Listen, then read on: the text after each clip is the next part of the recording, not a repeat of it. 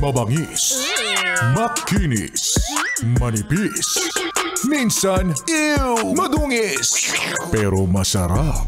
Mwah! I-kiss. Sexy time na. Sexy Megan!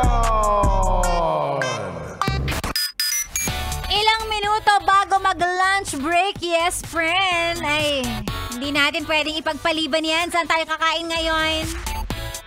Ha? Tipid na ulit? Kakasweldo mo lang, di ba? Dapat may natira pa. 16 pa lang ngayon eh. Yan ang nga sinasabi ko talaga naman.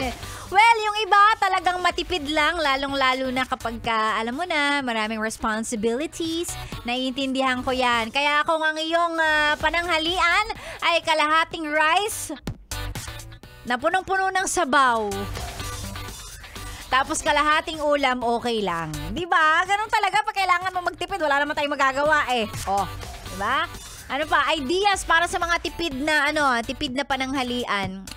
Pwedeng siomay. Isang order ng siomay tapos kanin. Yan ang nagtawid kay Sexy Mega nung college years ko.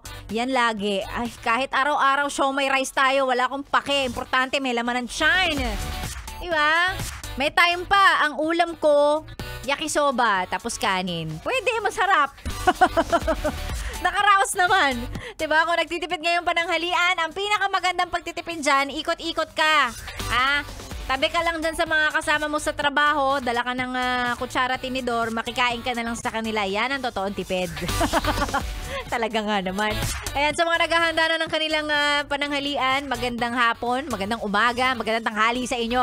Sexy Megan po ang inyong nakasama mula pa kaninang alas 9 hanggang sa mga oras na ito. Susunod na po syempre ang masarap na kasama. Ayan, ang pananghalian ninyo. Kahit kanin na lang dahil siya na ang ulam ninyo. Maria Moreno na po ang inyong kasunod na makakasama. Tanghali po yan hanggang mamayang alas 3 ng hapon. Syempre, bago tayo magbabay, mga pahabol na mga pa-shoutout, mga pa-shoutouts na mga yes friend natin. Eto, si Nori Bien Andrew Lopez, sabi niya, shoutout naman yung mga tropa kong grabbers. Si Paul at si Sibal. Ayan, maraming salamat. May kasamang selfie yan. Kasama ang radyo niya sa sasakyan. Pati na rin syempre si Kuya Alfred Marcelino na taga Valenzuela. Mga gwapong pedicab drivers natin dyan. Maraming pong salamat sa walang sawang pakikinig.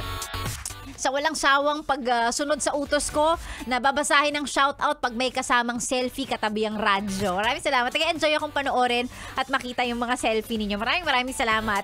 Bukas ulit, opo, kahit weekend magkakasama tayo. Alas 6 hanggang alas 10 tayo bukas. Kaya gising ka na maaga para maabutan mo ko. Ganun.